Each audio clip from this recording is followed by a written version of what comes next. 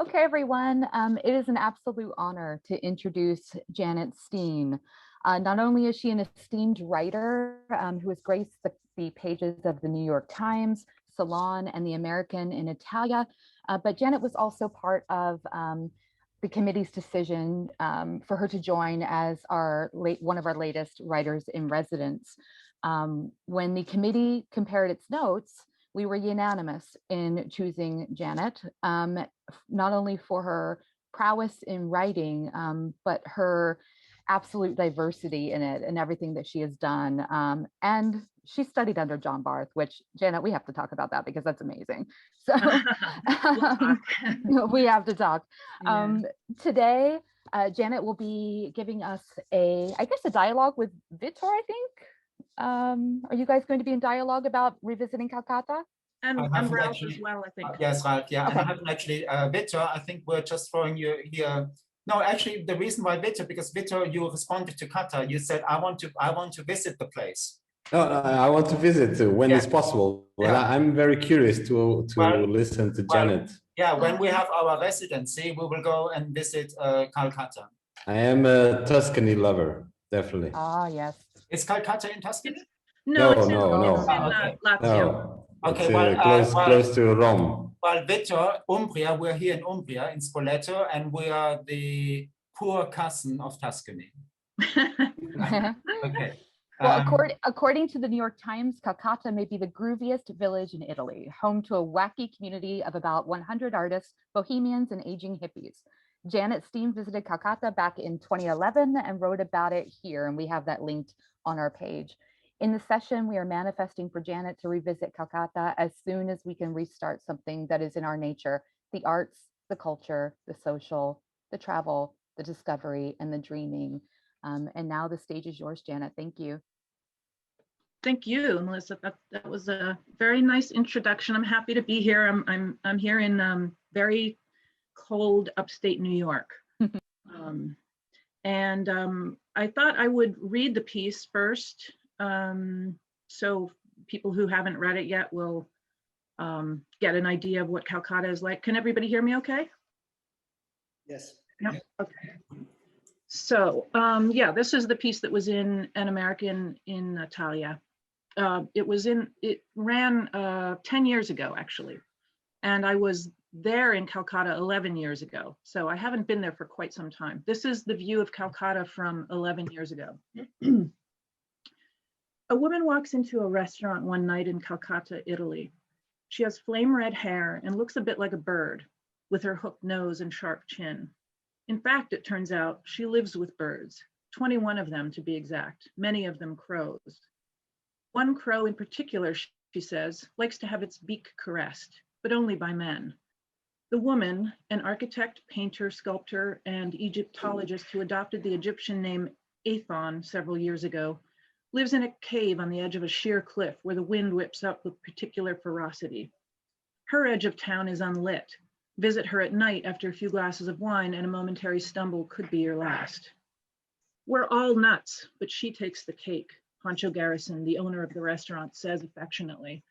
People tend to think we're all either drug addicts or freaks. A distant view of Calcutta suggests just another exquisite medieval hilltop town, but drive up the mountain, talk to some of the eccentrics who have settled in over the past few decades, consider history, and it's an altogether different story. 30 odd years ago, on the verge of disappearance, Calcutta stirred back to life. In the 1930s, the fascist government included the 16th century town on a list of places too unstable to inhabit. A fault line might open up, the buildings might buckle. In the 1960s, at government expense, the village was abandoned and residents were given houses in a modern settlement up the hill. Calcutta became a ghost town. It never did collapse. Along came some pioneering hippies and artists in the 1970s. They bought the medieval buildings for a song and set up house. Some of the spaces revealed a secret bonus: Etruscan caves dating from around 1050 BC, where the primordial ooze of life was as palpable as the damp walls and ground, and where some artists carved out studios and homes. There was no water, no electricity, no central heating, and no cars allowed, but free love flowed, and with it the usual assortment of chemical diversions. Modern conveniences have infiltrated over the years, but cars are still restricted in Calcutta, and a bohemian spirit lingers.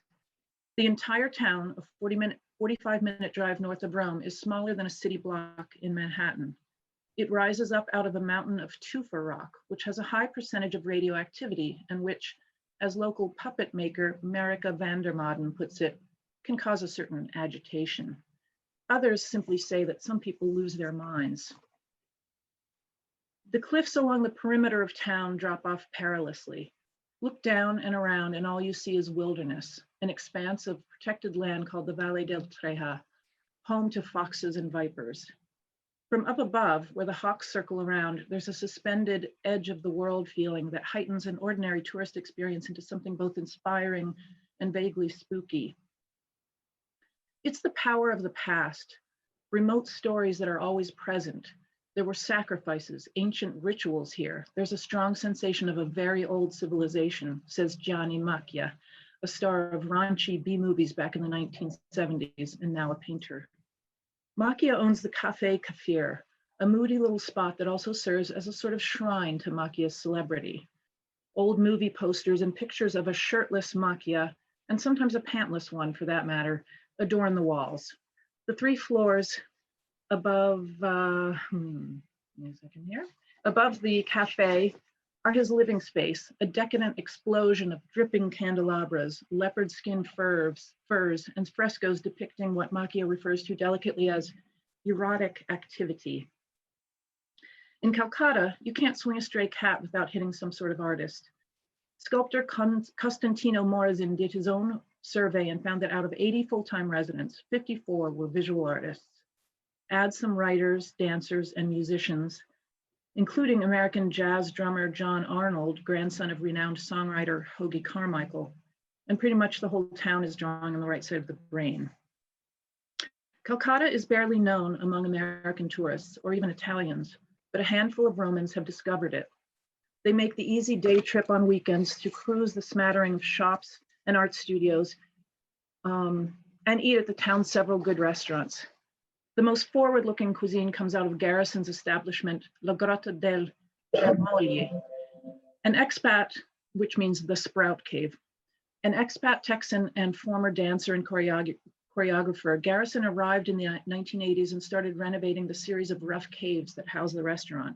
A beautiful low-ceiling den where the mosaics he makes from recycled materials decorate the walls and floors. The menu includes exaggerated brownies.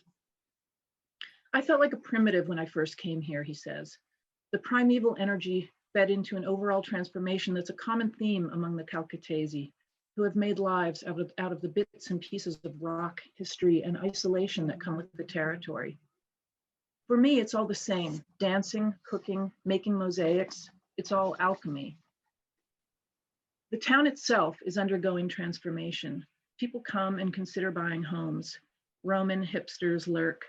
The cave of Athon of the Crows could fetch a pretty price. Its deep Etruscan sanctuary, a potential home office for some quiet-seeking web designer.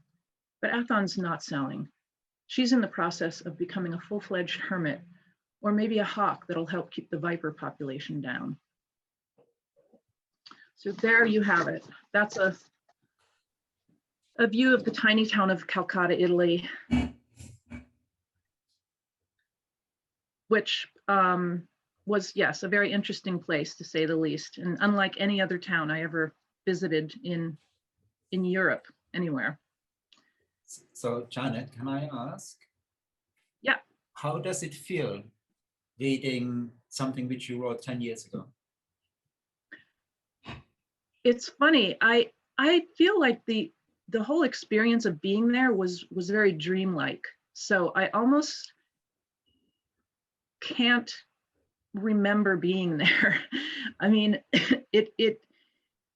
I'm glad that I wrote this because these details bring it back. But when I just sort of think about it on my own, it was like almost like I was just in an alternate reality for the 4 days that I was there. It's really quite a mysterious feeling place. And I was there in December, so it was cold. it was, you know, it was very gray actually, and not as many people were outside. I think it would probably have felt very different in the spring or summer. So it seemed even spookier somehow, being there that time of year. But it's fun. It's fun to read it and think, wow, I was actually in that strange little place. And, you know, it felt like a total honor to be there, because it's this little world unto itself. The branding wouldn't have had any effect. That's not why you can't remember everything, is it? Good question. I didn't have any brownies while I was there. There was, you know, a fair amount of alcohol intake. You know, it was really nice wine, and the restaurants are fantastic. You know, and I got to visit artists in their cave studios. You know, some of these studio setups are just incredible because there's like one room leading to the next. I mean, it's really, there's a lot of space under these underground, under these houses.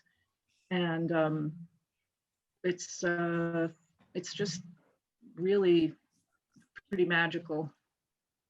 Hi, Janet. This is really topic that I'm into it. I'm very interested because one of my area of interest and work is small towns and small cities and small villages. Basically, everything is small in Europe comparing to China, for example. But I mean, as I believe, the Calcata story started with 2008 crisis, right? More or less. Some consequence. You see some relation with the big crisis in that time. Well, what it was more like the fact that it was abandoned back in the 30s, and then in the 70s is when these artists and sort of hippie types moved in. But I actually don't know what 2008 probably affected it. Probably, you know, there were even fewer tourists there at the time, but it did. I should explain, and I think Ralph was going to talk a little bit about this because he was there in the town later than I was.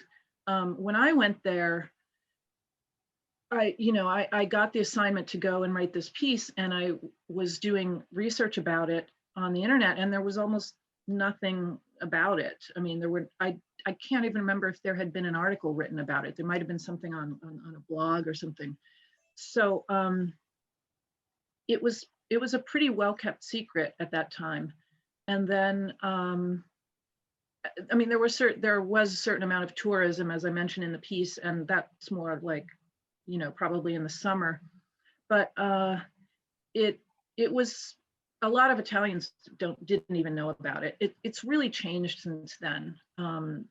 My piece came out, and then subsequently, I think maybe a year later, a year or two later, there was a piece in the New York Times, and then somebody wrote a book about the town, which is, you know, you might want to take a look at. I'm forgetting the title, but it's by an American guy named David Farley, and he lived there for a while, maybe 6 months to a year, and he wrote this book. And one of the main things that got him interested in the town is this. I didn't mention this in the piece, but it has a funny, sort of interesting little historical detail. For a while, it was supposedly Jesus's foreskin resided in the town of Calcata. So that was its claim to fame, and it was residing in the church there. Apparently, a German soldier had brought it there. I think in the the fact here. It was brought in 1527. It ended up there from a German soldier, and then it was there for centuries, and then in 1983 it disappeared. And as far as I know, it's never been found out what happened to it, whether somebody stole it. I think there was a rumor that a priest stole it. No idea what was going on there, but so David Farley was really intrigued by this, and he went to Calcata and he wrote this book, and he sort of talks about the history of that part of the town's story. But so his book combined with articles and tips about what restaurants to go to and where to stay and things like that, it certainly opened it up to a much wider audience. And now you can, I Googled it recently, and I saw many, many more things about it. And you look on Airbnb and you can stay in people's apartments there. They're just like anybody else. They're trying to make a little money. So but Ralph, you were there in what year? Yeah, Janet, actually, see, well, I would say my perception of Calcata is that it's timeless. Now because when you read it, it comes across so much different when I read it, right? But now you've read, because I think there's something happening because you were there and you captured the moments, and so there's something. So and I would say it's for me, it seems like Calcata is timeless. But one aspect which maybe I would like to touch on is that when I spoke at Vitor's conference, which was Smart Travel, and the Smart Festival is a spin-off of Smart Travel, one of the topics was over tourism. And I suspect that your article has put, and I think there's evidence, because I'm an evidence-based guy in terms of data, that because there was nothing out there, like you said, in terms of Calcata, no one was blogging about it, etc. And your article has triggered the American tourism to go, because before, and I've checked actually with some of my Italian friends that, Calcata is like an insider. No one really knows about it. And some Romans have identified because of investment, right? Buying some, exactly. Right. But I think, there's always the risk, right? That I think maybe you've actually helped Calcata as a community, because of course they need tourism, but what they don't need is over tourism. Yeah. Yeah, so it's always a fine line. It's true. And when I went there, I was a little afraid ahead of time that the people who lived there weren't going to even want me to be there, sort of letting the secret out. But I was, it didn't feel that way. They actually seemed, the artists and the business owners especially, seemed quite eager to talk to me, because, just like I said, it's a very isolated town. So people there have to make a living somehow, and the artists have studios, people come, they buy their work, it's certainly in their favor to have a certain amount of people coming there. But I would be very curious to go back now. I really hope that happens. If we, maybe we'll do a little group trip from the Casale. I definitely want to go there. Yeah, there's so many great personalities in this town. I'm really curious to meet up with some of these people that I had met. There's some real characters there. There's I believe what Ralph touched in what he said is true, and these characters are really amazing. And for the writer's point of view, and from the telling story point of view, it's a really amazing story to tell. What I feel is that I don't know if you agree, but I would like to hear about it. Like, for example, Ronda in southern Spain was immortalized by Hemingway. So in the end, Hemingway had a passion by Ronda, which is a small town with a bullfighting arena, with a very, very amazing architecture from Roman time, from Roman period, and the novels from Hemingway immortalize it. So he was a really amazing fan, or actually bought a house there, so he has a life. But I believe the biggest difference is that there was no Facebook, no Twitter, no social networks in that time, so it was not instant connected with his writing. There was not a cause effect about, I'm writing about this space, this place, this community, and then immediately the next minute people are buying tickets to visit it and flood it. So I would like to, it's because I think Hemingway was a hell of a writer, of course, but I believe a lot of writers also have the same talent and the same qualities nowadays. And I think there's some kind of syndrome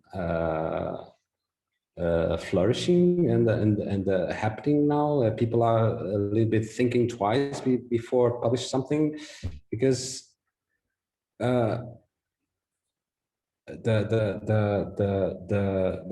the more famous you promote, the more you promote a space that is genuine, authentic in the first moment you connect with it. Yeah. As soon as you publish it in Time, in the New York Times, or any other mainstream media, it disappears. It's not the same place anymore. Yeah. This works for small towns, small restaurant, taverns, bars, pubs, any kind of thing. So, Yeah. do you think we should be worried about this kind of syndrome or not? I do think about that a lot, partly because I live in an area that in some ways parallels the Calcata situation, because Calcata is seen as like an alternative to Rome for some people. You know, it's a place to get away to. It's a place where people used to be able to find very, very cheap properties, so they could live a different kind of lifestyle there. They could really live the life of an artist. And New York is notoriously just outrageously expensive. So a lot of people in New York end up moving out and finding these smaller towns and communities. Where I live up near Woodstock, New York, which is notorious. I mean, no, not notorious, but famous for the concert back in 1969. Actually, we missed that concert. Yeah. And the funny thing about that is that it actually didn't take place in Woodstock. It was going to, and then something happened. I forget what the story was, but they ended up having it on this huge dairy farm in a complete, like an hour and a half from Woodstock. So, but Woodstock remained famous from this, and it definitely has a very kind of hippie, bohemian, reputation, but it has changed drastically, and it became a place where very wealthy New Yorkers would come and buy these. I mean, it's very beautiful physically, and people would come up and buy weekend homes. So it became sort of a this conflict between the full-timers and the weekenders, as they're called, started many years ago now. And there's a certain amount of resentment from full-timers because rich people come up, they buy these beautiful places, and then they're not even there a lot of the time because they're working most of the time in New York City. Things get very fancy. You get like really high-end health food stores and places to get smoothies and all that kind of stuff. And then the local people who've been here forever, they don't really have that much use for some of these things. So it creates a kind of a resentment, and it just changes the character, and actually makes it harder for the artists who wanted to move there, because then it's a more expensive place to live. Like where I live is actually quite expensive now, and now even more so with the pandemic. It's gotten really crazy. The property values just shot up because people wanted to get out of New York because they didn't feel, it's a kind of a claustrophobic city. People started buying places up here like crazy when the pandemic hit, and houses were going, for far beyond their asking prices, and there were bidding wars, and it's really has a huge impact. So anyway, to answer your question, yeah, I think any kind of publicity is risky, and I think a lot of people have very mixed feelings about it. I'm just interested in that debate about tourism and attracting tourists and trying to preserve the uniqueness of the place that's actually attracting the tourists. Because Gubbio is in the north of Umbria, a very beautiful medieval, beautifully preserved medieval town, but tends to be off the tourist route. So most of the tourists go to Assisi, Spoleto, Spello, Trevi, and so on, but miss Gubbio. And I would really like to attract more tourists to Gubbio for the people who've got restaurants and businesses, but trying to preserve the uniqueness of Gubbio doing the same thing. Yeah. Have you been to Bagnoregio in Lazio? You must be close to that town in northern Lazio. Yeah, I remember the name of the town, but I don't think I was there. No. Bagnoregio is basically a town, it's more of a village, but it describes a town that sat on the top of an outcrop of rock with then just the plains of flat land around it. And eventually, due to erosion, unless it's protected, will eventually disappear. And the thing that's made it survive and not just being allowed to basically decay and erode is tourism. But it is just a tourist attraction. There are a few people live there, and the only entry into the town is literally a footbridge from one mountain to this mountain in the middle of this plain. But so there is that contradiction about attracting tourists, but sort of Bagnoregio would have disappeared altogether without tourists. Right. Yeah. Yeah, I forgot to mention because people are flooding Ronda, that town in that city in southern Spain, because some mainstream media people didn't read Hemingway in the meantime, all these years, but some mainstream media and some TVs, they reported that Hemingway had a passion about Ronda. So the news about Hemingway loved Ronda became exploded the number of visits, especially from Asian tourists and Chinese and a lot of people going there. But I must say that Italy, for example, is one of the countries that, like Portugal, like Greece, like Spain, are suffering from aging and people abandoning rural areas and so on. Yeah.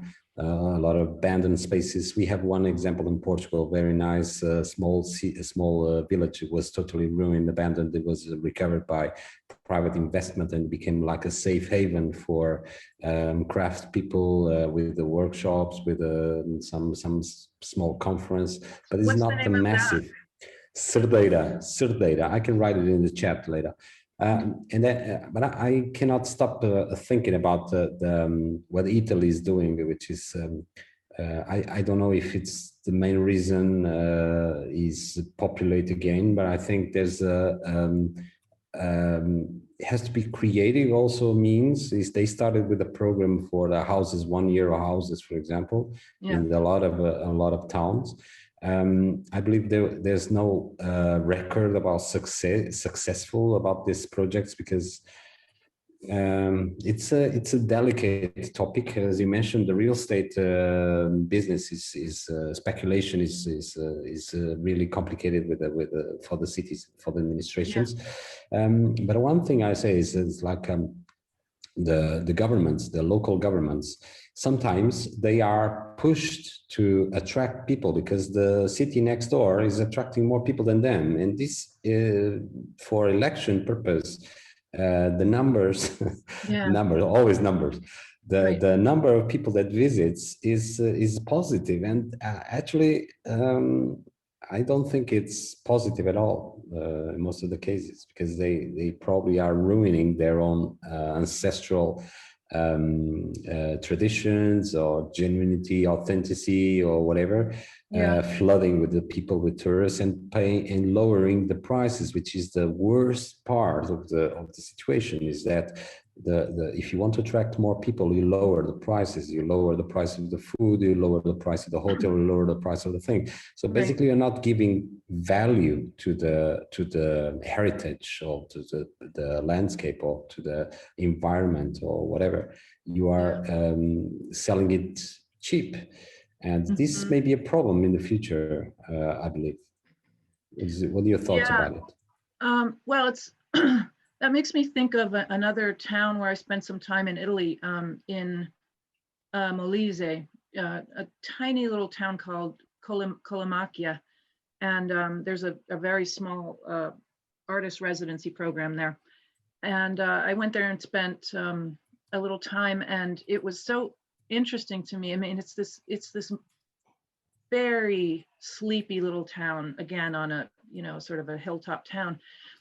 And a lot of the buildings in the town, I mean, there are no services in this actual town. There's not even a post office, not a store. There's a church, that's about it. But, there's a very small community of people who live there full time. They're mostly older people. And there are many places for sale, and they're very inexpensive. But what has happened is the people who live in the town really will not sell to anyone who's not related to somebody in the town. So basically they're doing their own, they have their own form of protection. They're keeping it for themselves. And in some ways that works against them. I mean, people could make lots and lots of money on these beautiful houses, and but they sort of have determined, how that process is going to go. So I mean, I know about that particular town. I think there probably must be a lot of towns in Italy that maybe Ralph knows about that from living there. But I wonder if that's a common thing.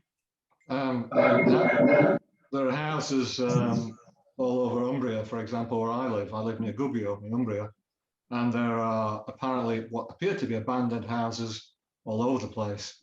Not because they won't sell them to outsiders.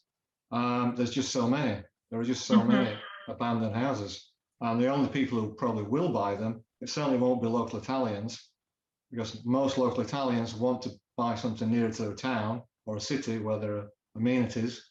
And most Italians don't want to buy an old house and have to renovate it. Yeah. So the only people who will buy these houses that need lots of money spending on them and to be renovated are foreigners who've fallen in love with La Dolce Vita and come to live in Italy. So it's a real problem. Yeah. Yeah, and I wonder how it goes for a lot of foreigners who move there. I mean, does it meet their expectations? Is it like? Yeah, I think the big surprise for foreigners who fall in love with Italy and they want to live this romantic life, which they can live. I'm not saying Italy doesn't offer that, but what they are burdened with is, and what they're not expecting, is the bureaucracy of Italy. Bureaucracy is a quagmire. Italy is a quagmire of bureaucracy. And when you're trying to renovate something, it can become incredibly expensive. So this offer of €1 houses in some parts of Italy, which sound really incredibly attractive. Yeah. I'm not sure how successful that's been because of, so you buy that house. There's no record yet. Yeah, and then you've got all the bureaucracy and the expense of renovating that particular property. Yeah, I've heard very negative things about the €1 house thing. And in the end, I don't know if you agree, that doesn't make us community. That doesn't create that doesn't make automatically or by magic power a community. That doesn't transform it in the creative community. No.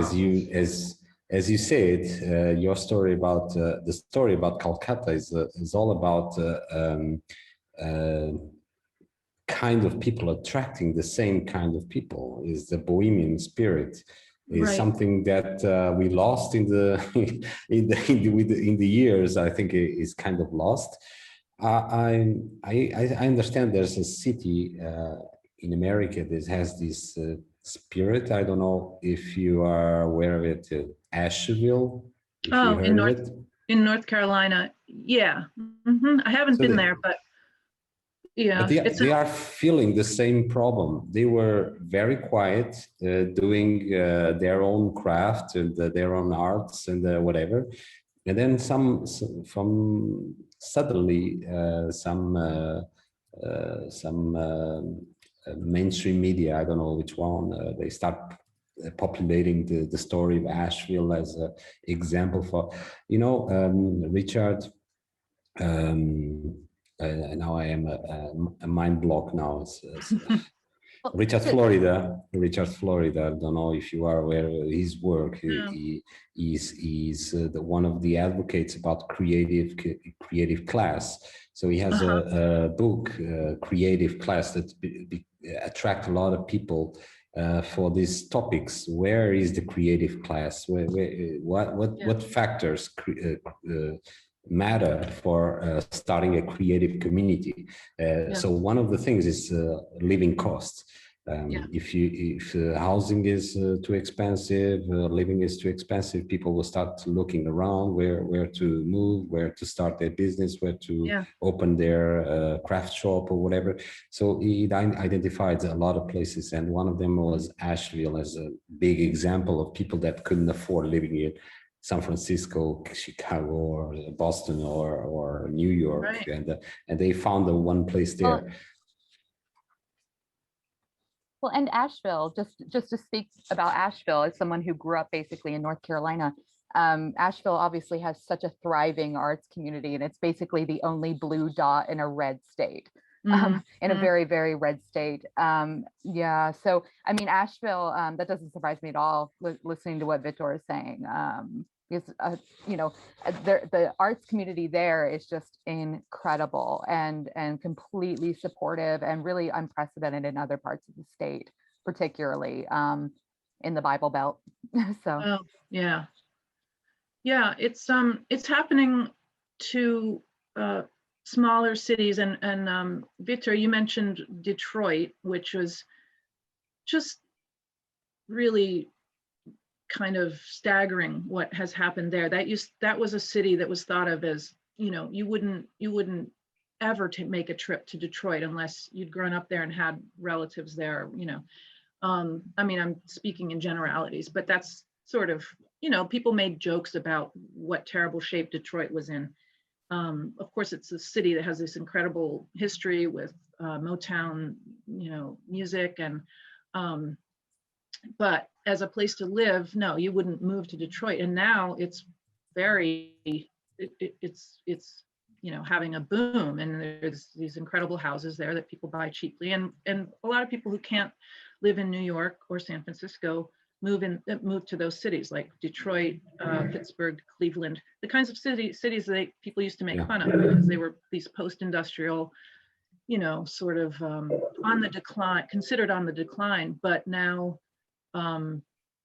there's high tech, there's, you know, all these digital nomads who can live anywhere, and why not move somewhere where you can get some incredible house for, you know, $70,000 as opposed to a million. In the good times, you can find one for the price of an iPhone, right?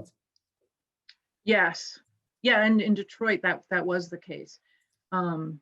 Pittsburgh, where I'm originally from, has seen just an astronomical rise in real estate prices. So it's actually kind of expensive to live in some of these cities now. Then you get into the whole question of gentrification and the, you know, changing the sort of the demographics of these places, and that's a huge subject. But I'm really interested to follow where these underground bohemian creatives are moving. So this is, and this I believe they are doing it a little bit in secrecy, because they already experienced that each time they move, they found someone is following them, because one of the things because Detroit, I was there in 2015. I took a flight from New York to Detroit, and I spent more time in Detroit than in New York. It's like everyone was asking me, "What are you doing? You're crazy or what?" But it was the most depressive and amazing experience I lived. It was my first time in America, so I couldn't miss Detroit, because everyone was giving a wrong image about it. And I feel it, I experienced it in the first person, and I wrote like 3 articles about it, but they were published in some website in the meantime.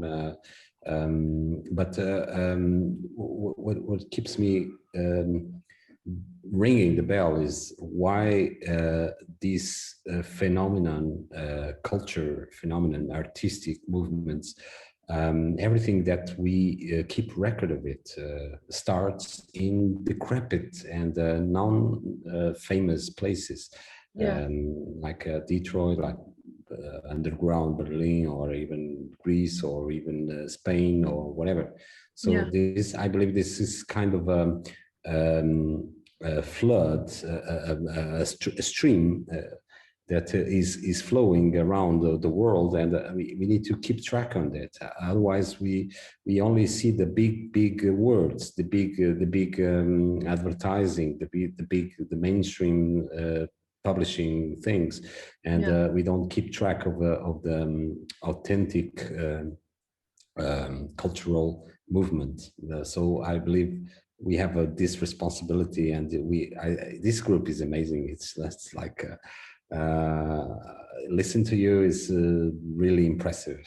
All these experiences that you have, and wrote about it, and collect images, and show it to, and publish it, and I think these are the warriors of the future, because right now this culture is it's a big thread on top of it, and I believe we have to work on this.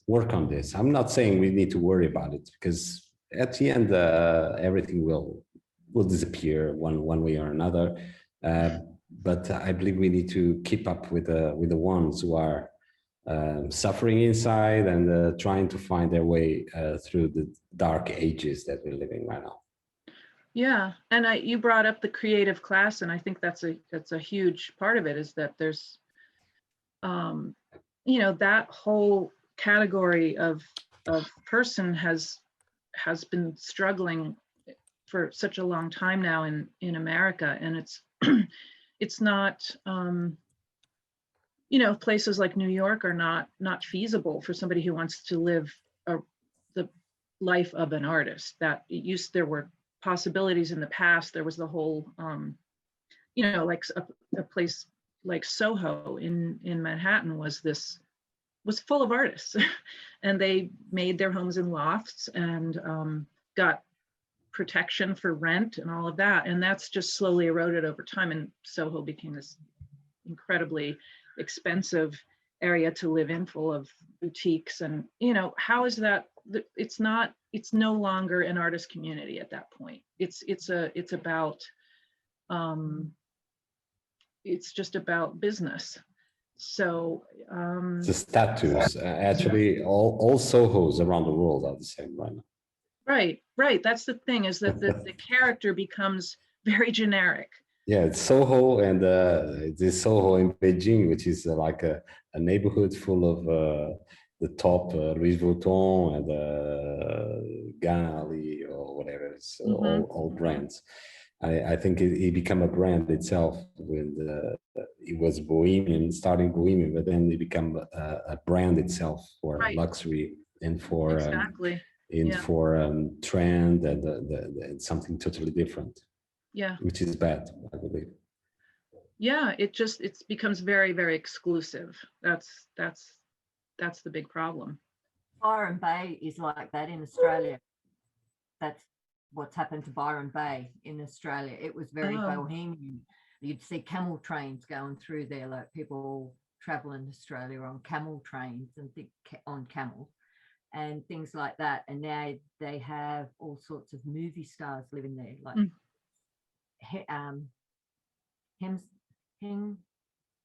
the guy that plays Thor, anyway, he's living there, and heaps of other Americans have bought multi-million-dollar properties there and stuff like that. Those Americans. Yeah, I won't tell you what they call them, because my girlfriend, she's just had a not Americans, I mean the people that are going to buy up the big property. She calls them gangbangers because they muck everything up. But I worked for the Salvation Army, and a few years ago, and the downside to that was that a lot of the local bohemians and that they couldn't afford to live there, so they ended up becoming homeless. So there was a huge homeless population, and then drugs and addictions and all other sorts of things entered into the area as well, where it had been a beautiful, beautiful area years before that, like 20 years ago or something. But now it's just ridiculous. I think she was paying $14 for a glass of wine the other night. Oh God! I said, you need to get out there and busk, make some money, do something. Yeah, and it makes you think that all these places have cycles, and that is this the way it just naturally works? A place sort of thrives, and then it's like it just jumps the shark, as we say. It just kind of it becomes too much of what it too much of a good thing, if you think of all of that as a good thing, and then it just it has its decline again and then comes back. I mean, I think that that's the way it works with a lot of communities and cities and small towns. Just thinking about the possible impact of writing about a place and popularizing a place, Under a Tuscan Sun comes to mind. Yes, right. And set around Cortona, on the border of Umbria, northern Umbria and Tuscany. And then you've got Largo Tresimeno, which is a beautiful area of rolling olive groves and little villages and towns. But to buy a property there compared to where I live near Gubbio will probably be 3 or 4 times more expensive for the same thing. Right. Many Americans, as a result of Under a Tuscan Sun, more the film than the book, bought properties in the last 20 years. And there's a beautiful place just in the hills above Lago Trasimeno called Pianello, a beautiful, beautiful place. And the restaurants and bars are owned by Italians, but when you walk around the place, apart from the restaurant owners, every other voice is a foreign voice, mainly American. And it attracts those people to that area. Yeah, that's the funny thing, is that people end up moving and then they're not even around the actual authentic people from the area. It's so it's like they've recreated, their it's like staging. It's like what? It's like staging, they read about something and they visualize something in their minds and they want to live that experience, but it's not the experience of the writer anymore, because in the meantime it changed. It became popular, and he ruined the essence of the thing that the writer experienced. So it's like really a paradox, complicated to deal with, because I like to write about places and food and restaurants and parties and bars. I really like to explain what is how good is life and how amazing places we can find in this world. But then you feel like, okay, so now I publish this, and the next day, or in a few days, or in a few weeks, or in the next hour, things will be different. If I return to that place in the next week or the next month, I won't feel the same experience as when I first write about it. Yeah, and you're right. It's practically instantaneous now because of the internet. There's a swimming hole up the road from where I live that is just this gorgeous, very pristine spot in the woods with this really deep, really, really, really cold water that like kids grew up around here going there in the summer just to hang out and swim. And somebody in recent years put it on YouTube, and people came in droves. I mean, literally, the road was just lined with cars, and people started having raves there. It just turned into the opposite of what it originally was, which was this peaceful, pristine place. And it caused a lot of traffic, actually, not traffic exactly, but many more cars on my road. And people were throwing their garbage in people's yards, and because they get drunk there, and I don't know. It was not great. It was not great what happened there, and it was really because of YouTube in that case. Guys, I seem to be now becoming the unpopular guy in the festival because I'm doing the timekeeping, and I hate to kill the magic because I think yet again we've experienced some magic. So Janet, thank you so much for sharing yourself, and thanks for inviting me. Yeah, and it was a pleasure. And we're looking forward to visit Calcata. Yeah. When we can follow through with our residency. Yes. And we're actually looking to extend the residency because coming out of the lockdown, I think we don't want to be stuck writing yet again. We need to get out. We need to go and visit Graham in Gubbio. We need to go to Calcata. Yeah, he's already invited us. And so Rosie, you're there, yeah. So Rosie, you can come over and finish renovating parts of the house. Rosie, am I allowed to share an anecdote? When I said to you, Rosie, we have the festival. Are you going to join us? And then Rosie said, yes. Where is it? We've had our Christmas trees up for 6 weeks, and I need to get out. Yeah, I'm there. And then I said, well, it's a digital festival. And Vitor said in his keynote that what we want to do here is fail, make sure that no, it's a successful failure. Successful failure. Okay, good.